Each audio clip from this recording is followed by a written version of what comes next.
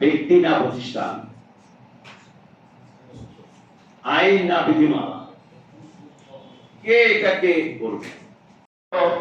দায়িত্ব আর রাজনৈতিক দায়িত্বের মধ্যে অনেক তফাৎ আছে। আমি একজন রাজনীতিবিদ, আমি রাজনীতি কয়েক পার্সেন্ট সাংবাদিক যেটা বলছেন অপসাংবাদিকতা করে খুবই নগণ্য।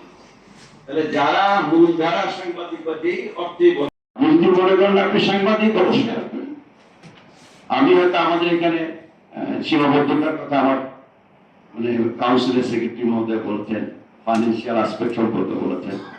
আপনি যতবার ট্রেনিং দিতে চান এখানে ট্রেনিং দেন, যদি আপনাদের সমর্থ হয় ঢাকায় আমরা প্রায় ট্রেনিং প্রোগ্রাম করি, আসবেন। ট্রেনিং নেওয়ার জন্য লোকের অভাব। ট্রেনিং নিয়ে কি? ট্রেনিং না নিয়ে তো আমার প্রফেশন, ট্রেনিং না নিয়ে তো আমি বড় উকিল হয়ে গেছি। জুনিয়রের সাথে সিনিয়রের সাথে না থেকে আমি বড় উকিল। আগে সিনিয়রের আন্ডারে জুনিয়র থাকতো, কিন্তু জুনিয়রের আন্ডারে সিনিয়র থাকতো। তা আমি বলতে পারি বলে বললাম। এই হচ্ছে আমাদের বাস্তব চিত্র। আমাদের অ্যাডভাইজার মহোদয় বলতেছিলেন যে আইনের ব্যাপার বলছেন, আপনাদের সবচেয়ে বড় আইন যেটা আমি মনে করি সাংবাদিক সুরক্ষা আইন। দুই রকম সুরক্ষা, আর্থিক এবং অন্য সুরক্ষা। তো সেটা আমি সব জায়গায় বলি এটা জরুরি হওয়া দরকার এবং ইনশাআল্লাহ হবে। উনিও বললেন, নিশ্চিত পরশুদিন বা আগের দিনের খবর আপনারা দেখেছেন, উনি বলেছেন যে একটা আইন পাস করতে হলে 18টা ধাপ পার হতে হয়। 18টা ধাপ।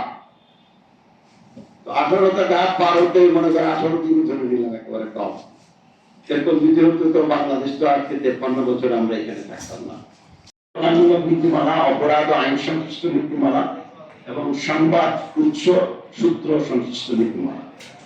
সাধারণত নীতিমালা আপনারা জানেন, স্বাধীনতা বোধ থাকবে, বস্তুনিষ্ঠতা, বিশ্বাসযোগ্যতা, পরিস্থিতিগত পরিবেশ, তথ্যকে হত্যা না করা, সার্বিক ভারসাম্য, আক্রমণাত্মক মনোভাব, পরিবেশ, সবগুলি দেখবেন কিছু মনে করেন না, সব উল্টা।